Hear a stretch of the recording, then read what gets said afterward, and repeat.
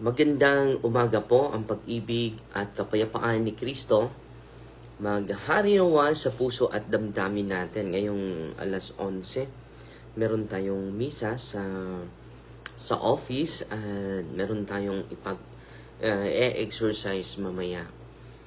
At marami pa akong isi-share sa inyo. Ginagather pa natin yung data sa actual exorcism natin dahil may mga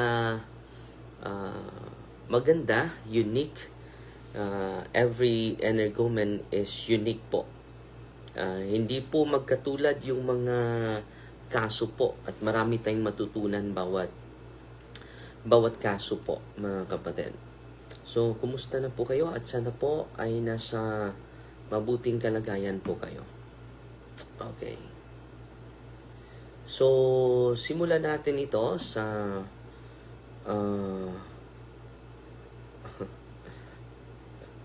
meron tayong nakukuha na balita, mga kapatid. Awareness po ito sa lahat ng mga kapatid natin na mag-ingat po ang Archdiocesan Shrine of San Nicolas de Tolentino Parish ay nagpaalala, warning po, dahil merong mga piki na pari, mga kapatid.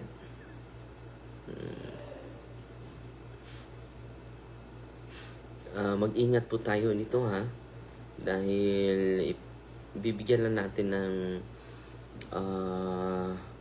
komentaryo po ito, mga kapatid ay ipapakita natin yung actual na mga image po. So, public adversary po ito. Nagmimisa yung pari, kita ninyo, itong paring ito. Nagmimisa siya. So, akala din ng mga tao na totoong pari. So, mag-ingat mga kapatid, Fiesta Mass, Our Lady of Perpetual Help, White Sand, under San Nicolas Parish, Cebu City. Happy to serve for the greater glory of God. So, may pangalan pala itong paring ito. Last June po ito. Okay. May ano pa, may Facebook itong pari.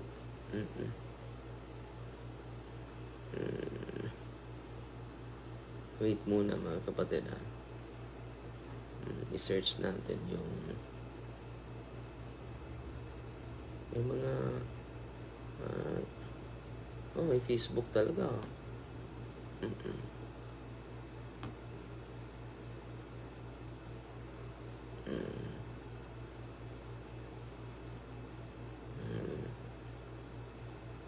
So mag-ingat po mga kapatid. Ang Archdiocese so parang hindi ito paring Katoliko. Dahil may asawa ito hindi ito paring Katoliko.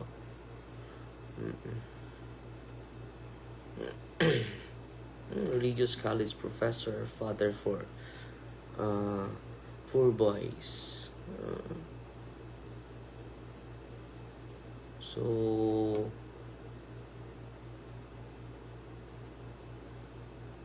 hindi ito hindi ito Katoliko, pero pare siya pero hindi Katoliko.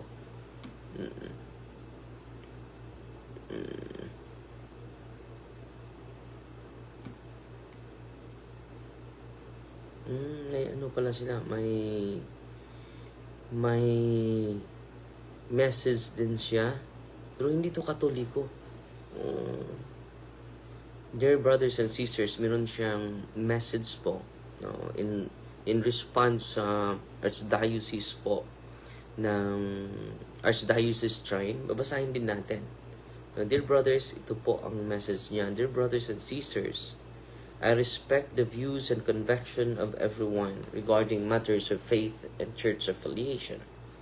I understand that some may have question about my priestly ministry and celebration I conduct. So inamin naman niya.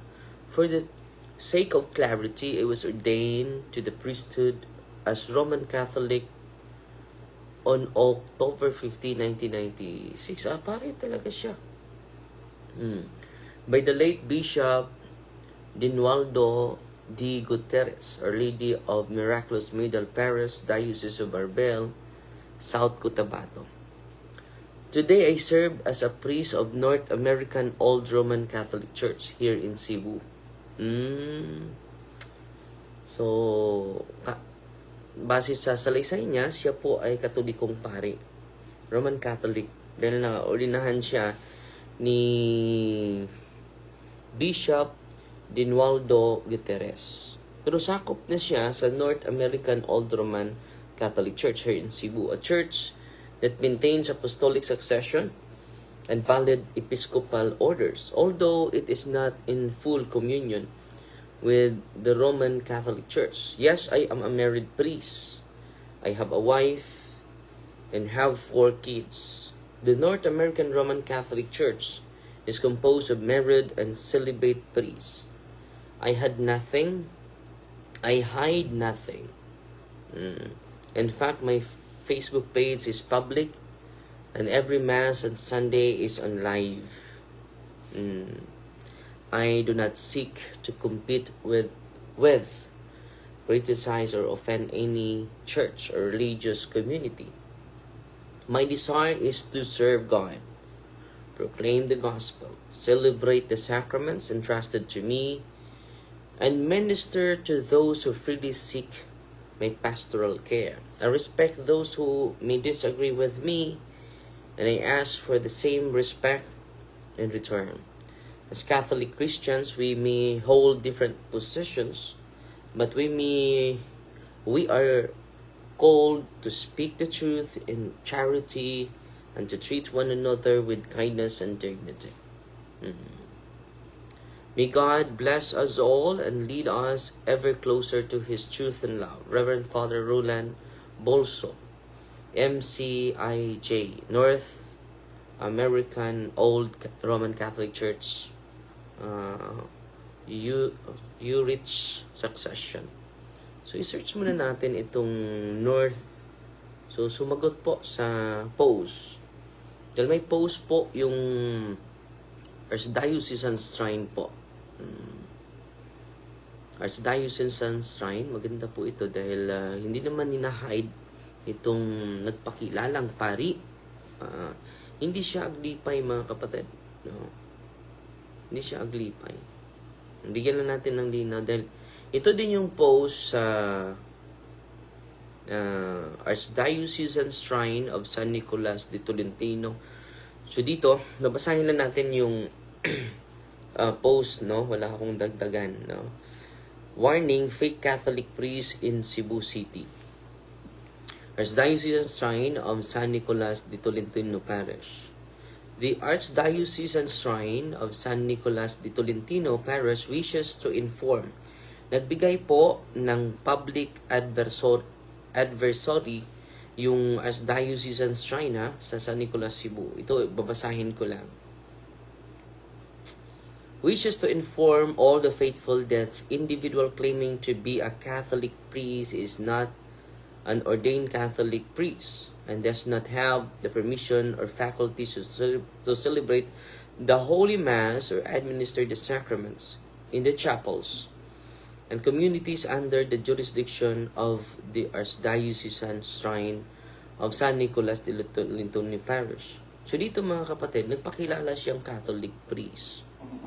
So, base naman sa sinasabi niya, ordained pala siya sa isang pari, ay isang obispo.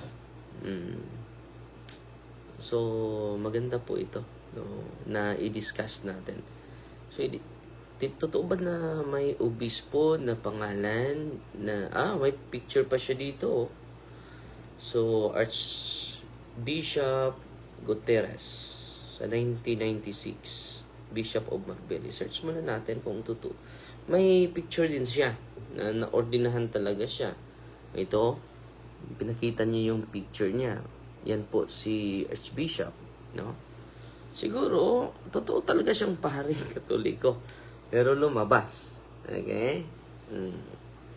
So, i-analyze natin ito mga kapatid. At titingnan natin yung dalawang side sa storya po. Pero i-search ko muna si Bishop Dinualdo Gutierrez. Was respected Filipino Catholic bishop known for his pastoral leadership, social justice advocacy, and commitment to basic ecclesial community. Totoong obispo, naging pare si Bishop sa Romblon, Philippines. Naisilang siya. Ordained priest April 7, 1962. Bishop of Marbel. Totoo talaga. Appointed Coadjutor. Bishop of Marbel. Okay, totoo na obispo. So dito, pare talaga siyang Katoliko pero lumabas at nagpasakop sa Old Roman Catholic Church. Itong tinatawag na inaamin naman niya. Itong tinatawag na Old North American.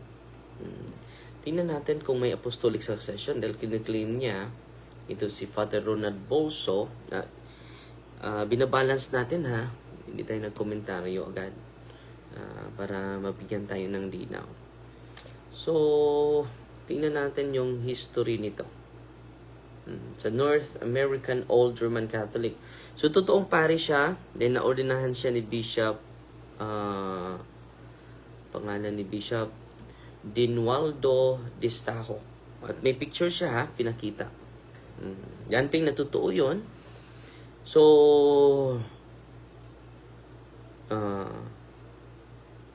kailan ito origin? In Ulrich in 696, Saint Willibrord was consecrated Bishop of Ulrich by Pope Serious I, establishing the ancient see of anong pagbasa nito?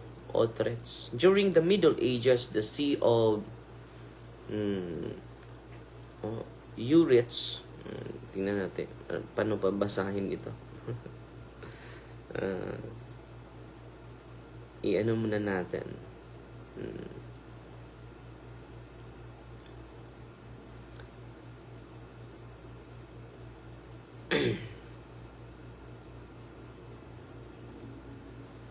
So, i-search muna natin mga kapatid na Urich. Urich. So, tingnan natin kung may apostolic succession ba ito.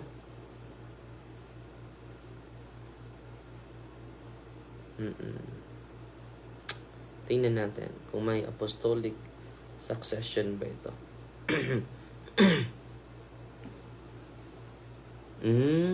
Schismatic pala, walang apostolic succession po. Wala pong apostolic succession. During the Middle Ages, the see of Urich received certain privilege of local governance, including the election of bishops under the specific historical circumstances.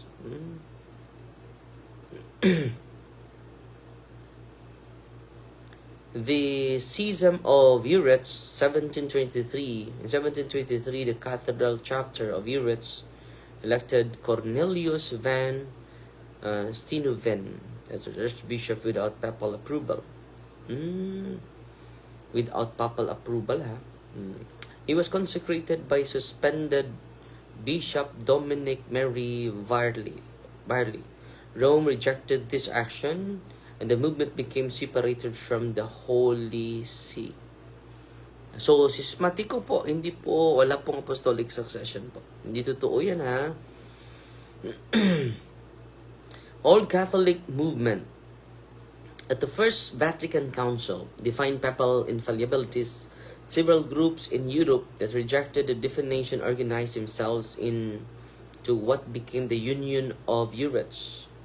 Old Roman Catholic Church movement, some bishops later separated from the Union of Urich and established various Old Roman Catholic jurisdiction. So, na-divided na din siya. Okay? So, sa claim ni Father Rolando na may apostolic succession po, wala po. Wala po. So, biniverify lang natin. Si Father Roland Bolso. So, totoo na-ordain talaga siya.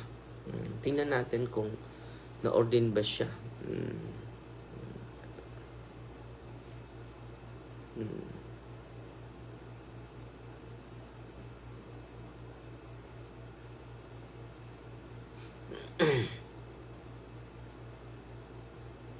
Ordain. I-search na natin mga kapatid. So ngayon, hindi na siya in full communion. So ito po hindi na po in full communion sa simbahan Katoliko. So ordained as a Catholic priest, no? Catholic priest. So totoo na ordained talaga siya. The original priestly ordination in 1996 was performed by the Roman Catholic.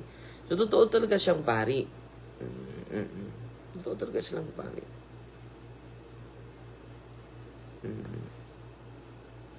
Totoo talaga siyang pari, no? Pero hindi na siya pari connected. Dahil lumabas na siya eh. So, ito po. So, Father Roland Bolso left active ministry in the Roman Catholic Church and became affiliated. Affiliated na po siya sa Old Roman Catholic Church. At active pala itong grupong ito sa Cebu. North American Old Roman Catholic Church. Ito lang yung old na hindi connected sa simbahan, no? So with due respect din sa kanila. So patuloy nating babasahin totoong pari itong, pero hindi na siya sismatiko itong grupong ito. Sismatiko hindi connected po sa Roma. Pero pinopost naman ni Father, no? So hindi na siya paring Katoliko, no? Pero Catholic priest pa rin siya dahil separated po itong organization, religious organization na kinabilangan niya ngayon. So, dito sa post sa Archdiocesan Shrine of San Nicolas de Tolentino Paris, babasahin natin. Patuloy natin babasahin. Individual claiming to be a Catholic priest is not an ordained Catholic priest and does not have so dito, base sa salaysay ni Father Rolando, Catholic priest talaga siya. Pero iniwan niya ang pagka-Katolikong pari. So yan po ang katotohanan. Sinesearch natin mga kapatid. And does not have the permission and faculty. So totoo ito, no? Does not have permission and faculties to celebrate the Holy Mass or administer the sacraments in the chapels and communities under the jurisdiction. So wala na po siyang permission, wala na po siyang, totoo din ito, kapatid, yung sinabi sa Archdiocesan Shrine. Dahil alam mo naman, Father, na yung minimisahan mo ay hindi Old North American Old Roman Catholic Church. Kasi nagmisa ka. Di ba? Doon ang nakita kong pagkukulang mo, kapatid. No, ipakilala mo na hindi ako Roman Catholic. Roman Catholic priest ako na pari, pero hindi na ako ngayon. Dahil though yung priesthood is eternal, hindi mawawala. Pero wala na akong faculty na natanggap ni Archbishop Abet. Dahil hindi na po ako full communion. Diyan po yung nakita ko na misleading, mga kapatid. Therefore, all chapel officers, BEC leaders, ministry coordinators, ito po, nagbigay na po ng public advisory yung Archdiocesan Shrine, and parishioners are advised not to invite, accommodate, and allow this individual to celebrate Mass and perform any sacramental ministry in any chapel. Unang-una, totoo naman siyang pari, iniwan niya yung pagkapari niya bilang Roman Catholic. Pero, Father, advice ko din sa'yo na magkapakilala ka sa, tunay na affiliation mo. At Diyan yun ang misleading, Father, eh. Kung nagpakilala ka pa na totoo talaga, kumpare, na ordinahan ako ng obispo, pero lumabas ako. So, wala na mag-invite sa'yo. Pero kung magpakilala ka na pare din akong Katoliko, totoo naman. Pero hindi mo sinasabi na lumabas ka na sa pagkapari mo eh. At meron ka ng pamilya eh. So yan po, Father, no? Sana yan po yung misleading eh. Kung magpakilala ka na Catholic priest, totoo naman, dahil na-ordain ka eh. Pero hindi mo sinabi na lumabas ka na sa pagkapari. So akala din ng mga parokyano na totoong pari ka. Pero wala ka na, totoong pari ka. Ang akala niya na hindi ka lumabas sa pagkapari eh. Di ba? Okay? So ito po ang Archdiocesan Shrine of San Nicolas de Tolentino Parish, Cebu, El Vino. Ano pronunciation? LVO or V? LVO. Sa Cebu City po ito ha. So therefore all chapel, ito yung statement na po ito sa Archdiocesan Shrine of San Nicolas Tolentino Parish, no? This adversary is issued to safeguard the integrity of the sacred liturgy, protect the faithful. So, base sa Father, hindi ka na pwede magmisa sa simbahang Katoliko. Wala ka ng faculty sa simbahan, pero meron kang faculty sa sa North American Old German Church. Pero sa simbahan namin, wala na. Diyan ang misleading, Father eh. Huwag mo na yung ulitin, Father. No? Deception yan eh. Deception yan, kapatid.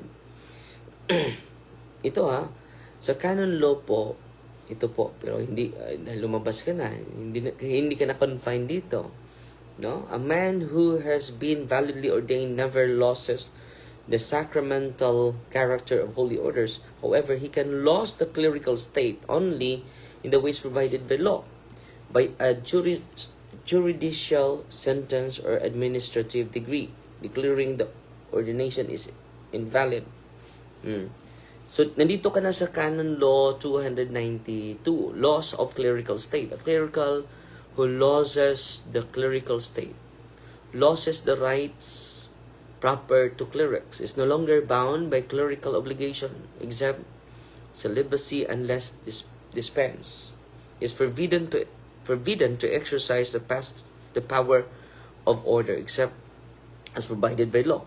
Faculties are required for lawful ministry. Even if a priest remains validly ordained, he cannot lawfully celebrate the sacraments in the Catholic Church without the necessary faculties from the competent ecclesiastical authority. Hindi ka na pwede magmisa, kapatid. At alam mo naman yan, nandyan sa canon law yun eh. So, pwede ka mag-absolve ng kasalanan in case of emergency. Canon Law 966, Paragraph 1. A priest must have the faculty to validly absolve sins in confession. Pwede.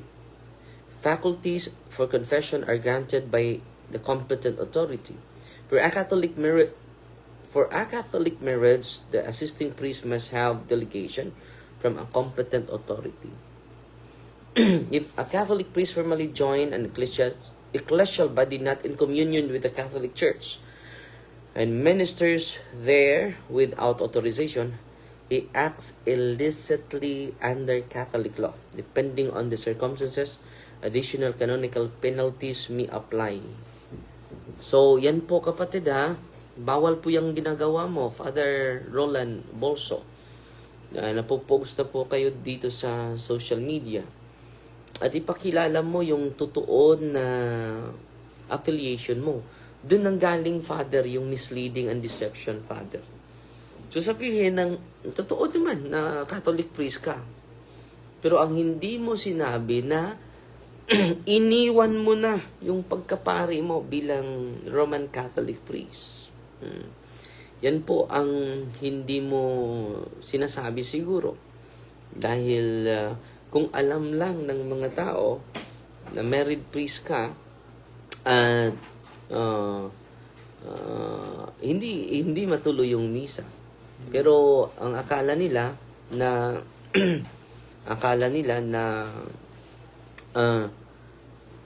totoo naman na Roman priest ka, pero may misleading eh. May misconception eh. Hindi mo sinabi na umalis ka na at membro ka na sa Old Roman Catholic Church, North American Old Catholic Church. So yun lang po paglilinaw ha. So mag-ingat po kung dapat ha, may courtesy call sa parish priest ninyo. Dahil marami ng mga kaparian, pari talaga sila pero hindi in full communion to the Archdiocese of Cebu. So mag-ingat ha, at sana po itong live natin ay magbigay na enlightenment.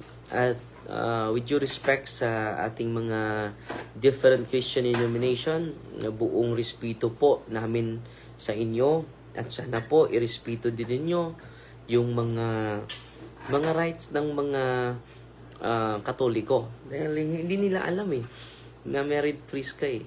Totoo naman na Catholic priest ka. Pero ang hindi nila alam na iniwan mo na. At alam mo naman na hindi yan Old Roman Catholic Church yung pinagmisahan mo. It is Roman Catholic Church. So meron ding deception, Father. Sana po, Father, hindi na yan maulit. At learn to say no, Father. Now, learn to say yes for those people entrusted to you. Pero hindi maganda na kapag mag-invite sa'yo, at yung nag-invite sa'yo ay hindi nila alam, akala nila pari ka eh. So yan po ha, mag-ingat po ha. Mag-ingat po. At sana po may natutunan kayo at ipagdasal natin ang bawat isa sa atin. So, Fighty Maria, Tatak FD with a humble heart po. God bless.